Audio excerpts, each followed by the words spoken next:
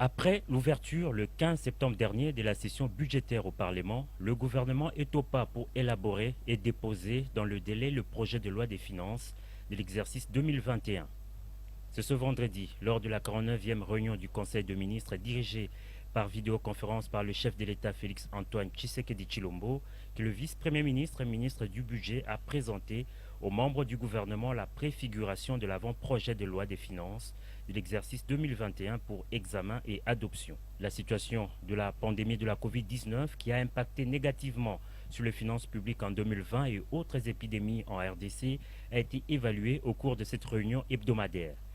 Convié à cette rencontre, le gouverneur de la Banque centrale du Congo a fait part aux membres du gouvernement de la situation récente sur le marché d'échange. Au point d'information, le vice-premier ministre et ministre de l'Intérieur, Sécurité et Affaires coutumières a exposé sur l'État et l'administration du territoire, ceci avant le ministre de la Défense nationale et ancien combattant qui, lui, est revenu sur la situation sécuritaire sur l'ensemble du territoire national. A noter que le relevé des décisions de la 48e réunion du Conseil de ministres du vendredi 11 septembre 2020 a été approuvé lors de cette réunion. Survenu aux petites heures du matin, le samedi 19 septembre 2020, cet accident de circulation a troublé tous les quartiers Zamba-Télécom dans la commune de Mongafula. Bilan, 3 morts, dont un civil et 2 militaires, sans oublier les blessés graves. D'après les témoignages recueillis sur place, ces camions de forces armées de la République démocratique du Congo, bondés du monde, a été mis à la disposition d'un certain major habitant Zamba Télécom afin de récupérer le corps de son fils décédé et conservé à la morgue de Kassangoulou. Malheureusement, en cours de route, suite à l'excès de vitesse et au mauvais état de la voirie dans ce coin de Kinshasa, rongé par de multiples têtes d'érosion, le conducteur a perdu le contrôle et l'irréparable est arrivé. Toujours, comme nous disons chaque fois nous les notables, que la route Zamba Télécom est abandonnée. Aujourd'hui, nous venons de connaître un cas d'accident où le Djefang de militaires revenait de Dey. Et avec cette route de déviation, il y a eu un inversement total de leur véhicule et il y a des morts. Impuissante face à un tel drame, la population a pu sauver ce qui pouvait l'être. Elle interpelle les autorités sur les érosions qui menacent les logements dans cette partie de la capitale. Nous demandons au gouvernement, nous demandons à nos amis, à nos frères et sœurs qui sont là-bas, haut placés, qui sont élevés en dignité, de venir nous aider ici. C'est un geste d'amour seulement qu'ils feront, enterrer, mettre le sable pour rembler et pour arranger cette érosion. Nous ne verrons plus des accidents, nous ne verrons plus des morts, nous ne verrons plus des bras arrachés. La route coupée complètement et les gens ont des défis. Maintenant, là, aujourd'hui, personne ne va passer ici. Les petits véhicules qui dévient pour passer, pour monter, ne vont pas passer, les moteurs ne vont plus passer. Et voilà les dégâts. Si notre gouvernement peut prendre des responsabilités, ça serait une chose. À cause de cet accident, le camion endommagé a paralysé la vie. Plus de passages pour se connecter à d'autres contrées de Kinshasa. Le regard des citoyens des Zamba Télécom est donc tourné vers l'autorité impératif d'insérer dans l'arsenal juridique de la République démocratique du Congo une loi dont la spécificité sera d'assurer la protection des survivants de violences sexuelles. Une délégation du mouvement des survivants du Fonds global de réparation de la Fondation Panzi a rencontré sur ces sujets la présidente de l'Assemblée nationale, Janine Mabunda Lioko. C'est une grâce aujourd'hui, vu le discours de Madame la Présidente récemment au Parlement. Je me dis que le Congo est en train de changer et ensemble, j'espère que nous allons changer les choses. Madame la Présidente a été vraiment très réceptive. Elle nous a reçus, elle a donné ses amendements, elle nous a montré sa détermination par rapport à cette lutte et nous sommes vraiment optimistes par rapport à l'avenir. À tous les survivants de violences sexuelles comme moi, je leur soutiens, je continue à les soutenir, je leur donne beaucoup de courage venant de Madame la Présidente de l'Assemblée et je suis sûre que nous allons aboutir à une solution et à une garantie de non-répétition si nous continuons à être debout.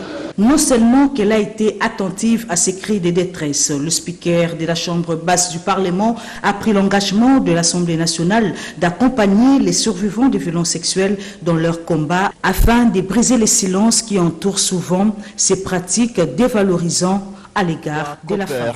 C'est certainement le plus grand projet minier de la RDC. Cette société minière anonyme était la cible de la visite du gouverneur Richard Mouyej. À cette descente, Tchikies Diemou et Mouzangui Samota Lenou, tous deux sénateurs, ont pris part, et quelques membres du gouvernement provincial. Les visiteurs ont reçu des explications nécessaires sur l'entreprise, développement de la mine, énergie, social, bref, toutes ces facettes qu'elle a su faire briller par un travail bien fait. Quitté ce cadre, le gouverneur a directement visité le centre de prise en charge Covid-19. Une salle équipée à la dimension de l'entreprise avec des machines de haute technologie. La délégation visitera également une briqueterie qui a vu le jour grâce au financement de Kamoa en faveur de communautés environnantes. Richard Mouyej a par la suite visité les travaux de construction de l'usine. La capacitation de l'employé est un secteur pris au sérieux à Kamoa. Des millions de dollars américains sont investis dans l'acquisition des simulateurs de foration et il y en a de toutes marques selon le besoin. Visiter Kamoa, c'est surtout visiter sa célèbre mine de Kakula. Et c'était chose faite par le gouverneur. Je voudrais, en toute sincérité et élégance, je suis représentant du chef de l'État en province et je voudrais insister en toute élégance sur le respect de la loi. La loi sur la sous-traitance, faites en sorte que cette loi soit scrupuleusement respectée parce que nous voudrions voir émerger à partir de cette mine une classe moyenne. Et je suis fier quand je vois mes jeunes enfants, mes jeunes frères, tous ces ingénieurs dans les mines. Mon plaidoyer, leur dignité soit préservée et qu'ils se sentent davantage responsabilisés. Quand je viendrai avec le président de la République, que vous puissiez nous présenter le plan d'épanouissement de ces jeunes vers des postes de responsabilité. L'entreprise est une joint venture dans laquelle la RDC est actionnaire à hauteur de 20%. Ivanhoe Mines a investi à hauteur de 40%. Même chose pour le groupe Zijin. La pertinence des accords de coopération signés à Luanda entre le gouvernement de la République démocratique du Congo et le gouvernement de la République sœur d'Angola en matière de sécurité et ordre public a conduit le vice-premier ministre, ministre congolais de l'Intérieur, Sécurité et Affaires coutumières, a animé une conférence de presse conjointe avec son homologue angolais.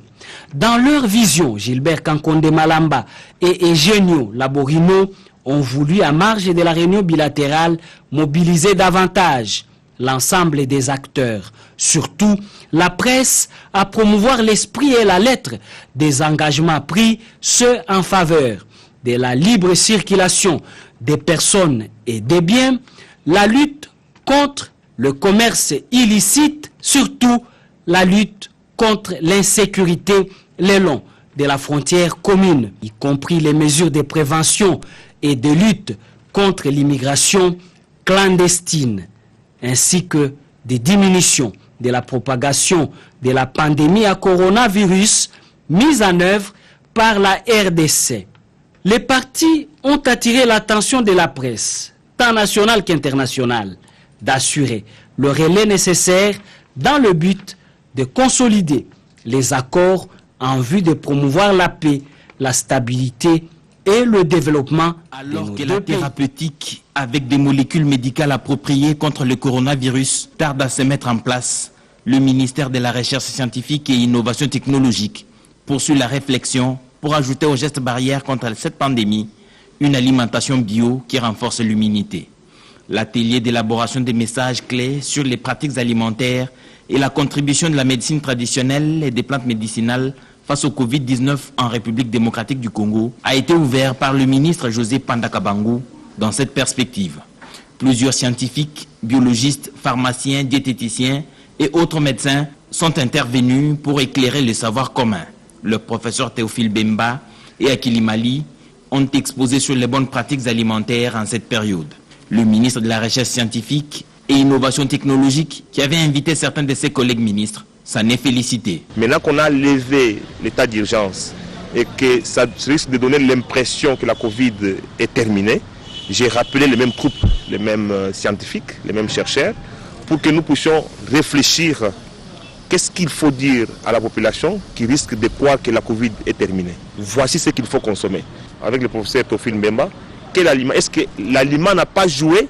Les scientifiques doivent étudier. Les ministres du gouvernement central ont profité du temps de parole leur accordé pour partager leurs expériences de gestion de leurs secteurs respectifs pendant la crise du coronavirus. Le bambou, une plante monocotylédone avec près de 1300 espèces, peut s'avérer un puissant levier économique. Tout peut se faire à travers cette plante. Maison écologique, le développement de l'artisanat et plus encore, booster le développement dans les milieux ruraux. L'ambassadrice mondiale du bambou, Nicole Bunga, exhorte les décideurs politiques à s'en approprier pour implémenter les bases d'un développement durable. Je demanderai à notre président de la République de la RDC, le président Félix Antoine Tshisekedi Tshilombo, je demanderai au gouvernement de la République démocratique du Congo de s'approprier cette vision du bambou, de m'accompagner, d'accompagner le peuple par rapport à cette vision du bambou. Il faudrait qu'on puisse s'approprier ce bambou, qu'il y ait des millions d'hectares de bambou et qu'il y ait des projets de bambou. L'artisanat en bambou, les maisons durables en bambou, les maisons modernes comme les maisons traditionnelles. On pourra améliorer la vie des ruraux avec le bambou. Et ceux qui habitent près des forêts à planter le bambou. Un message lancé en marge de la journée internationale du bambou, célébrée le 18 septembre de chaque année. Une activité annuelle pour donner un sens à cette démarche écologique. La jeunesse, qui est l'avenir de demain, doit maîtriser les différents contours de l'histoire pour éviter les erreurs du passé telles que prônées par l'Union africaine. Cette conférence débat était une opportunité pour son initiateur, le directeur du magazine Renaissance africaine, Freddy Moulumba, d'interpeller ses responsables de demain pour une prise de conscience en vue de construire une Afrique puissante. Au lieu de se plaindre, nous devons apprendre à travailler nos universitaires, de produire de nouveaux paradigmes économiques. Et qu'attendre que l'Union européenne, tout comme la Banque mondiale, vienne nous aider. Il faut que les Africains aussi apprennent ça. Nous devons travailler. Ce ne sera pas facile parce que les autres nous envient. Donc nous devons changer notre façon de voir les choses. Donc ça signifie qu'il faut donner à nos enfants, nos petits-enfants, qui sont à l'école aujourd'hui, un autre imaginaire. Le professeur Kabongo Malou a axé son intervention sur la Renaissance africaine et le panafricanisme, concept né dans le but de combattre la pression occidentale et d'affirmer l'identité de l'homme noir, dévalorisé jadis par la domination et la colonisation occidentale. Pour s'afficher sur l'échiquier international, les Africains doivent être unis et ne pas s'engager en ordre dispersé. La zone de libre-échange continentale africaine pour la circulation des personnes et la facilitation des échanges commerciaux est-elle une réponse pour le développement de l'Afrique? Valentin Bongwen, directeur du magazine Émergence du quotidien Fraternité Matin de Côte d'Ivoire, est revenu sur son historique, son intérêt et ses chances d'aboutissement. Tous ces orateurs ont mis l'accent sur l'urgence de la matérialisation des États-Unis d'Afrique, étant donné que la domination occidentale a duré plus de 5 siècles. Quoi de plus normal que l'Afrique explore d'autres horizons vers l'Orient dans le contexte de partenariats gagnant-gagnant. Ce débat a été suivi d'une conférence de presse du ministre de la Coopération et Intégration régionale, Pepe Manjolo, en prélude de la présidence par la République démocratique du Congo de la prochaine session de l'Union africaine en février 2021. Si on nous fait la guerre, c'est parce que nous possédons la matière première qui font partie des enjeux internationaux. Dans les 15-20 ans à venir, la RDC va devoir remplacer tous les pays membres de l'OPEP. Un pays qui représente la transition énergétique de la planète. C'est le même pays qui avait représenté la transition ou la mutation industrielle avec les caoutchoucs. Donc cette idée, c'est que nous souffrons aujourd'hui, ce n'est pas la première fois, nous sommes les centres du monde, en termes de ce que nous apportons à la planète, en termes de ce que nous apportons à l'Afrique aussi. Plusieurs invités ont répondu présents à cette conférence débat, parmi lesquels le président de l'Assemblée provinciale de Kinshasa et Madame l'ambassadeur de la République démocratique du Congo en Grande-Bretagne. Il me